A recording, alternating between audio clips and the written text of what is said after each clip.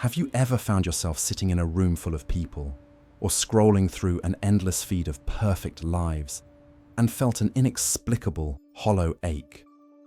A sense that despite being more connected than any generation in human history, we have never been more alone. We live in an age of frantic optimization. We optimize our sleep with trackers, our productivity with apps, and our bodies with biohacks. Yet, the modern soul remains tired. We are vibrating at a frequency that is too high, too fast, and too disconnected from the soil that sustains us. We suffer from hurry sickness, a permanent state of urgency that leaves our nervous systems frayed and our spirits thirsty for a meaning that high-speed internet simply cannot provide. But what if the cure isn't something new to be invented, but something old to be remembered? Long before the era of concrete jungles and digital noise, our ancestors lived by a different rhythm. They didn't see themselves as masters of nature, but as a part of its intricate tapestry. In the quiet valleys, the rugged mountains, and the humble farmsteads of the past, there existed a profound body of rural wisdom, a way of being that was inherently minimalist, deeply spiritual, and intensely practical.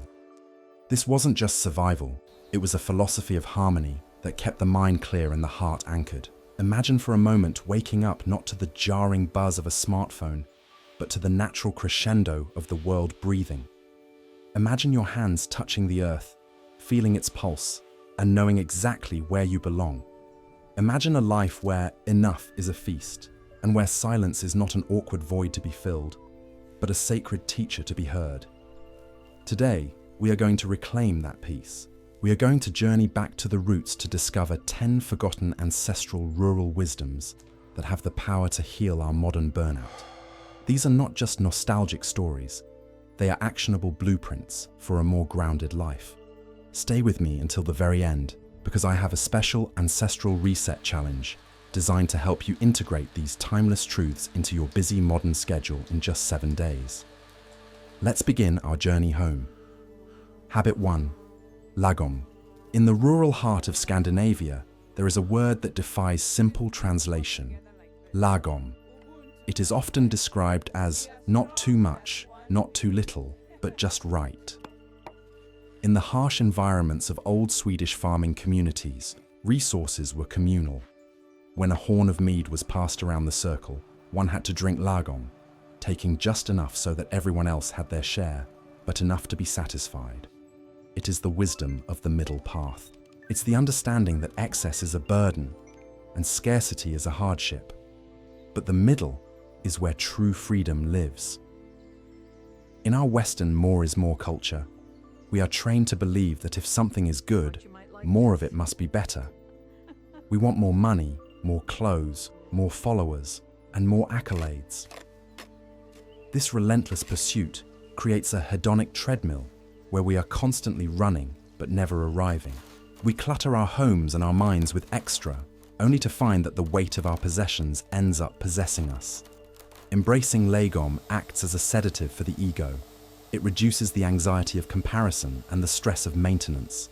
When you live by the principle of just enough, your space becomes breathable, your finances stabilize, and your mind finds a resting point.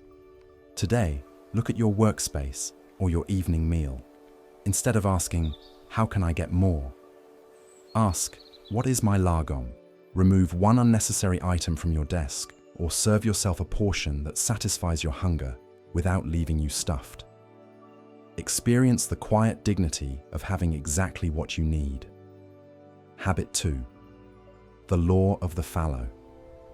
For centuries, farmers have known a fundamental truth. If you plant the same crop in the same soil year after year without a break, the land becomes barren. They practiced leaving the field fallow. In ancestral rural life, rest wasn't a reward for finishing work, it was a requirement for future life. To leave a field fallow means to let it sit, unplowed and unplanted, for a season. To the untrained eye, it looks like nothing is happening. But beneath the surface, the soil is regenerating nutrients, microorganisms are returning, and the Earth is inhaling. We treat ourselves like machines that should run at 100% capacity, 24/7. We feel guilty for doing nothing. If we aren't producing, we feel we are failing. But a machine that never stops eventually breaks. By ignoring the law of the fallow, we end up in a state of permanent grey zone activity, never fully working, but never fully resting. Intentional fallow periods prevent burnout and spark creativity. Just as the soil needs time to recover its nitrogen, your brain needs default mode network, time to synthesize ideas and heal emotional wounds. Schedule a fallow hour this week. No phone, no book, no productive hobby. Simply sit on a porch, walk in a park, or stare at a wall. Allow your inner soil to replenish itself without the pressure of growth. Habit 3. Ubuntu.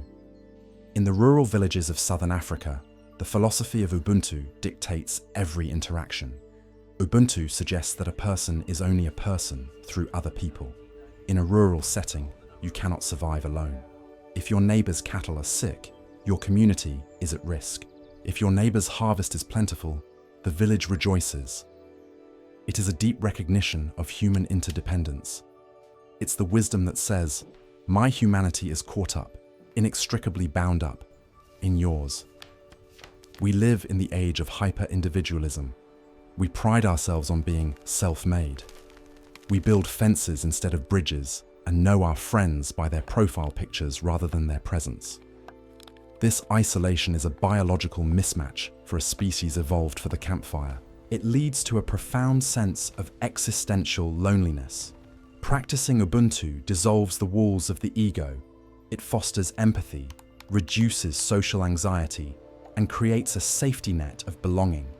It reminds us that we don't have to carry the weight of the world on our shoulders alone. Practice a small act of Ubuntu today. Reach out to someone in your physical community, a neighbor, a local shopkeeper, or a colleague, and offer a moment of genuine connection or help without expecting anything in return. Recognize the we in your I. Habit 4. Desuet. In old rural European traditions, there is an appreciation for what is desuet, things that have fallen out of fashion but retain their soul. Rural wisdom cherishes the broken in. An old leather saddle, a seasoned cast iron skillet, or a wooden table scarred by decades of family meals. These items aren't trash because they are old, they are treasures because they have survived. It's an ancestral form of wabi-sabi, finding beauty in the weathered and the used. We are victims of planned obsolescence. We are taught to crave the new and improved.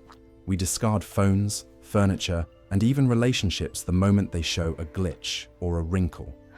This creates a frantic, shallow existence where nothing has time to acquire a soul or a history. Valuing the desuet slows down our consumption. It grounds us in time and history. It teaches us to be content with what we have and to care for our possessions, which in turn teaches us to care for ourselves. Find one object in your home that is old or slightly worn. Instead of thinking about replacing it, clean it, oil it, or repair it. Reflect on the story it tells and the service it has provided you.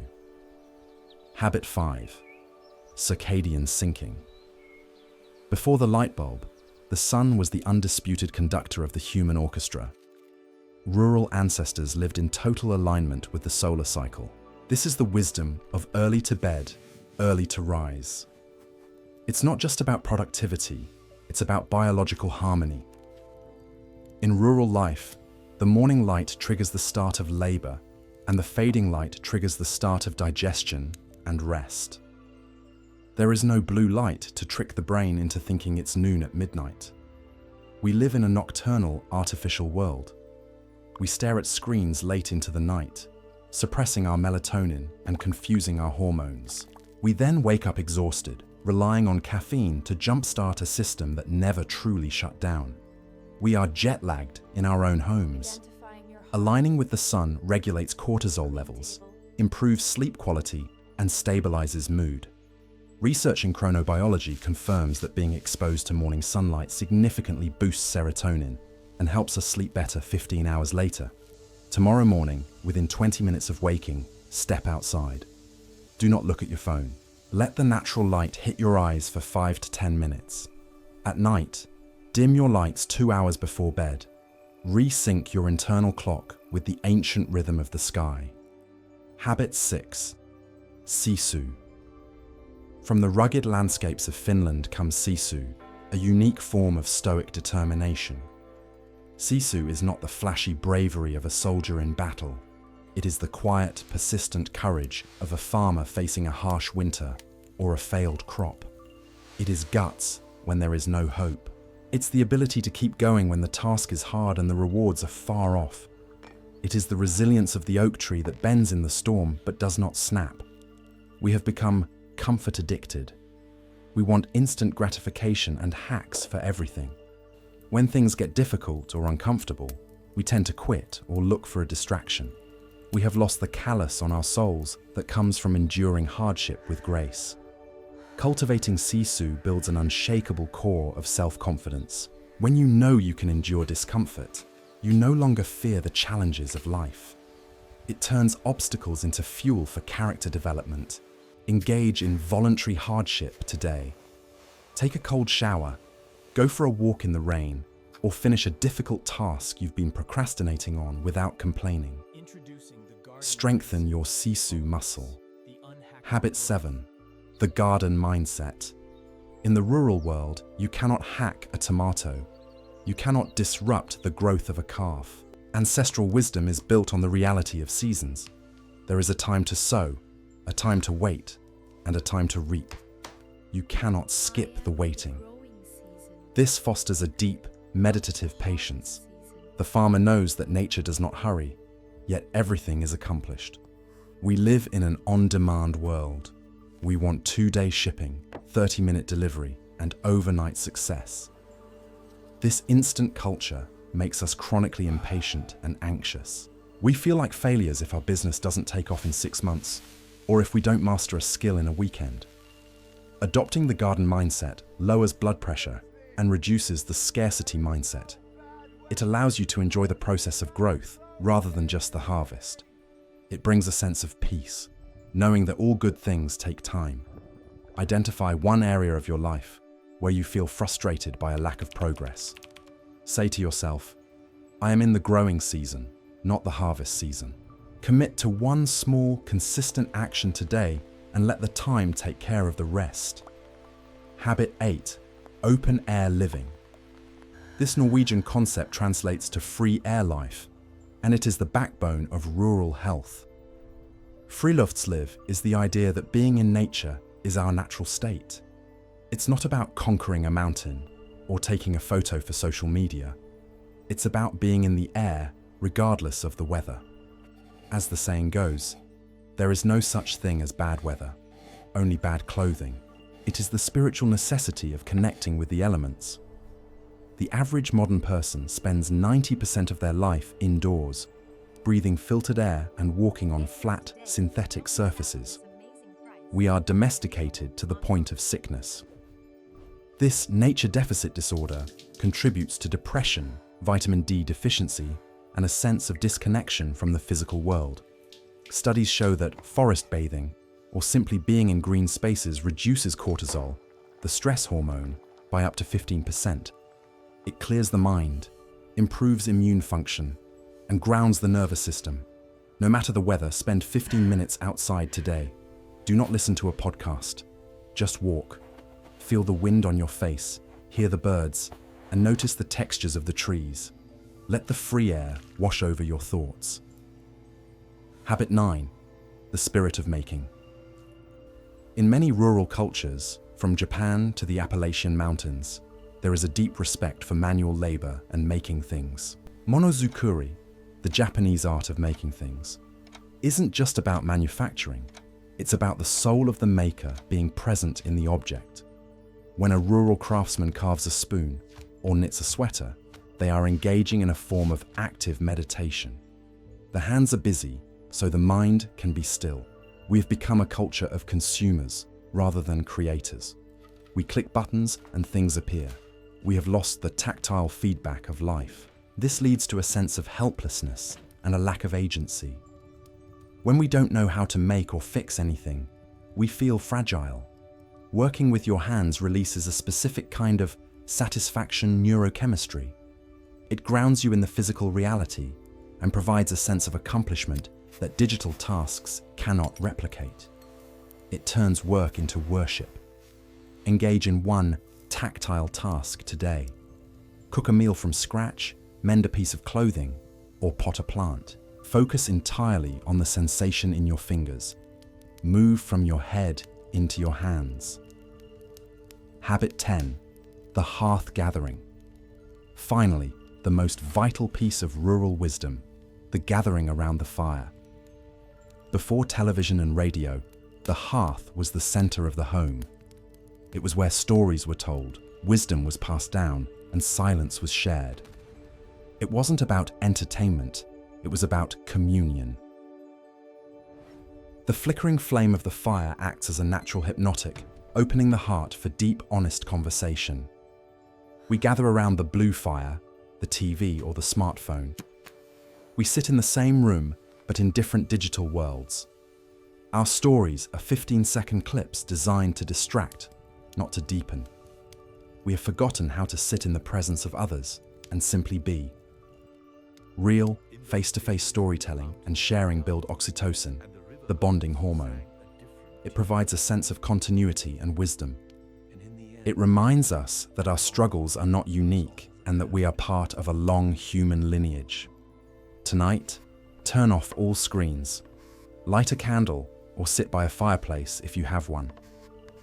Spend 30 minutes talking with a loved one, or if you are alone, write a letter to an ancestor or your future self.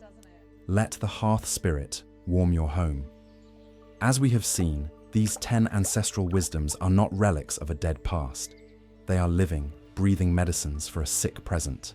Whether it is the balance of Lagom, the grit of Sisu, or the patience of the garden mindset, these concepts all point to one singular truth.